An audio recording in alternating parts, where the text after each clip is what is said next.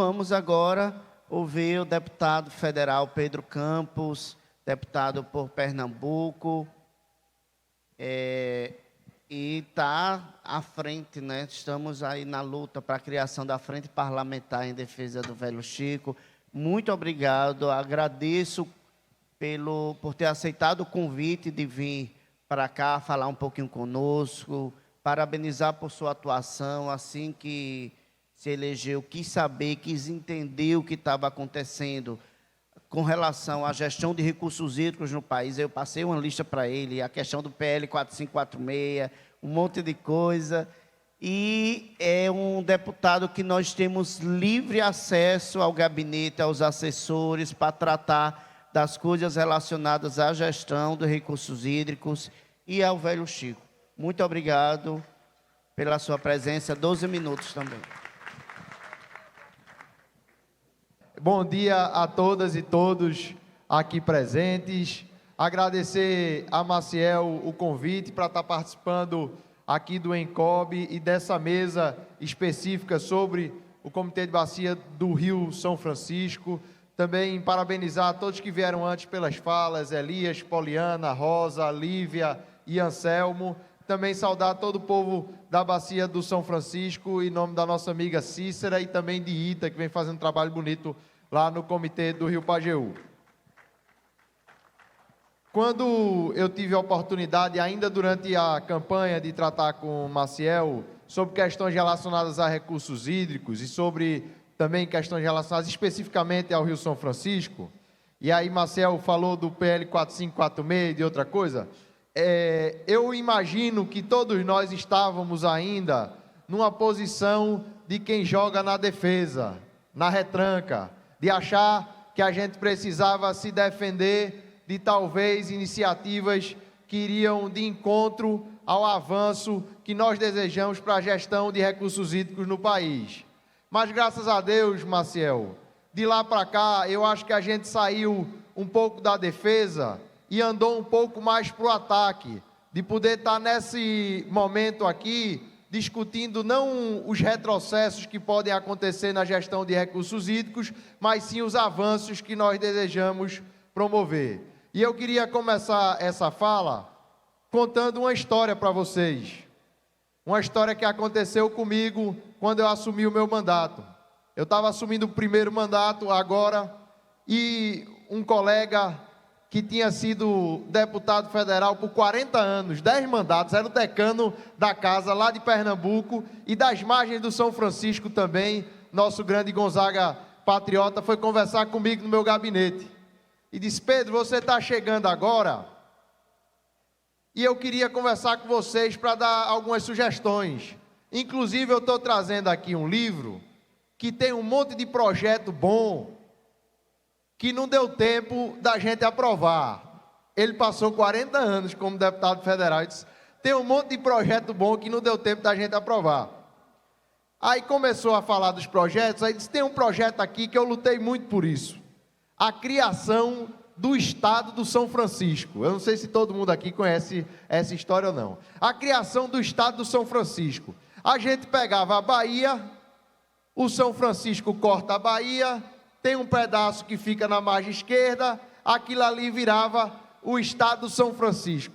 Um projeto muito bom, ia dar pouca confusão para fazer. Um projeto muito bom, quase que a gente conseguia fazer, quem sabe não fica para você. E aí, é lógico que eu agradeci a sugestão do nosso amigo Gonzaga, e fiquei pensando com aquilo na cabeça. E eu acho que fica uma lição dessa história, que na verdade já existe um Estado do São Francisco. O Estado do São Francisco é o Estado brasileiro.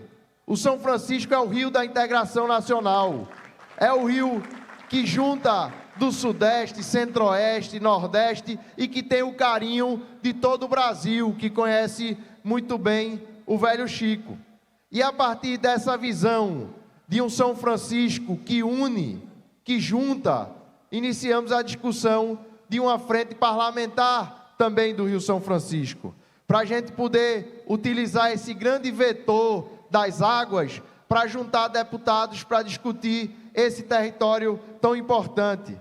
e juntar não apenas aqueles que estão na bacia natural, por assim dizer, do Rio São Francisco, mas já dar esse passo adiante da bacia expandida do Rio São Francisco, então colocando coordenação do Ceará, colocando coordenação também do Rio Grande do Norte e da Paraíba nessa visão do Rio São Francisco enquanto bacia expandida. E eu acho que esse recado do Rio São Francisco, Marcel, é um recado que ainda precisa ser dado na política. Infelizmente, a gente viu sair de onde a gente menos esperava, porque Minas Gerais é um pouco também do que é o Brasil, né? E Minas tem um pouco de cada pedaço do Brasil. A gente viu sair algumas falas que desconsideram essa unidade que Minas precisa ter com toda essa região do São Francisco, por conta das águas do Rio São Francisco, que desconsidera as centenas de quilômetros de fronteira que Minas faz com a Bahia, da unidade do povo do norte, do nordeste de Minas, com o povo baiano, de várias coisas, e a gente quer utilizar também desse espaço político do Rio São Francisco para pregar essa unidade através das águas, e também essa visão da essencialidade da água. Eu costumo dizer que a água é o segundo recurso natural mais essencial do mundo. A gente só não dá para dizer que a água ganha do ar, do oxigênio, porque ninguém aguenta mais do que 10, 15, 20 minutos sem respirar, né? E se tirar o oxigênio, que é coisa de minuto, a gente tem o segundo bem mais essencial à vida, que é a água, que a gente precisa ter a noção dessa dimensão e dessa importância da água, com um olhar para a importância da água para a vida. Não existe vida sem água, não existe gente sem água. Então, com esses dois olhares, a gente fundou, né, refundou essa frente parlamentar em defesa do Rio São Francisco, que é liderada por um mineiro, o deputado Paulo Guedes, do PT, que eu tenho a alegria de ser vice-coordenador e de ajudar a juntar toda essa bancada que ajuda nessa discussão. E a partir desses dois norteadores, a gente definiu eixos estratégicos para a atuação dessa frente parlamentar. O primeiro é povo, democracia e cultura, porque a gente precisa, primeiro, entender a importância da água no contexto da vida da pessoa humana, depois a importância das pessoas participarem das decisões acerca da gestão dos recursos hídricos, e depois a questão da cultura, que é essencial para dar liga, para juntar tudo isso. E dentro desse eixo tem algumas pautas muito importantes. Fortalecimento do Comitê de Bacia é uma delas, que é o espaço da democracia dentro da gestão dos recursos hídricos, e alguns outros espaços importantes que o comitê precisa ocupar e que precisam ser democratizados.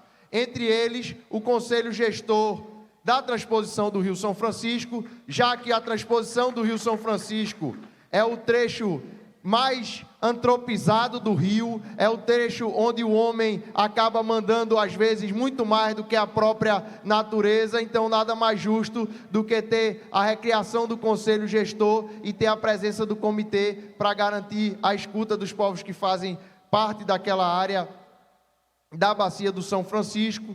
E outro ponto muito importante é a gente utilizar bem os recursos da revitalização do Rio São Francisco, esses recursos que estão previstos na ordem de 3,5 bilhões de reais, e que precisa ter a presença ativa do povo do São Francisco, e o comitê precisa ajudar nessa missão, para a gente debater a prioridade dessa revitalização. A gente vai ter muita briga ainda, Maciel, e briga boa para discutir a utilização desses recursos, né? O limite do que a gente entende enquanto revitalização do Rio São Francisco, a ordem de prioridade da utilização. A gente vai olhar para as áreas degradadas, a gente vai olhar para a necessidade da população, vai olhar para o aporte hídrico de cada uma dessas áreas. Isso precisa ser discutido para definir para onde vai esse recurso, e vocês conhecem todos esses aspectos muito mais do que qualquer outra instituição ou qualquer outro ente governamental. Então é muito importante que o comitê tenha assento também na decisão da destinação desses recursos.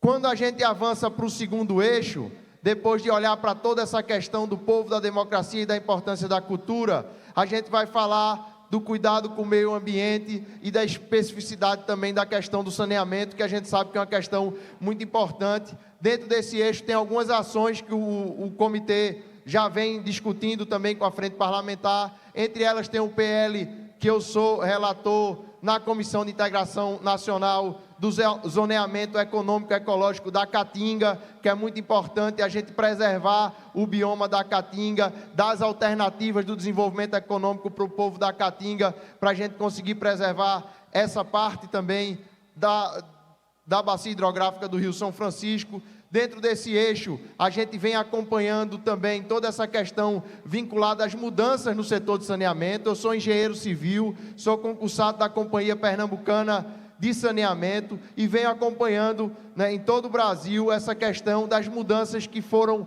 advindas com o novo marco legal do saneamento. E uma dessas mudanças eu acho que a gente tem que ter um cuidado muito grande. O governo federal tentou corrigir essa distorção do marco do saneamento, mas não conseguiu corrigir de todo, que é a questão da outorga da concessão desses serviços de saneamento, de esgotamento sanitário.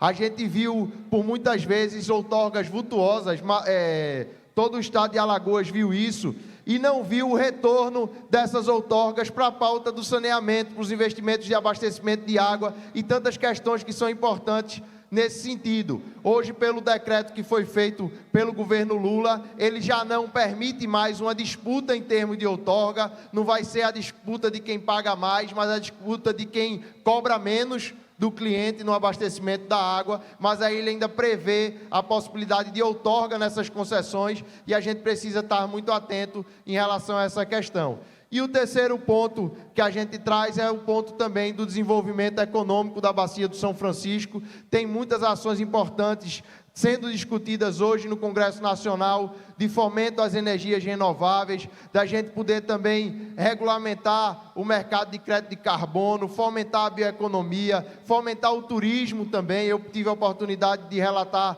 outro dia um projeto de lei que prioriza as áreas onde existem parques nacionais na destinação dos recursos do Fundo Nacional do Meio Ambiente, equiparando ao tratamento que hoje a Amazônia, o Pantanal já tem em relação a destinação desse recurso. A gente também olhar para essas áreas de parques nacionais, que a gente sabe que tem diversas áreas dentro da bacia do Rio São Francisco que fazem parte de parques nacionais e diversos outros caminhos para a gente garantir também o desenvolvimento econômico, a geração de emprego e renda, que a gente sabe que ajuda muito nessa questão da preservação do rio.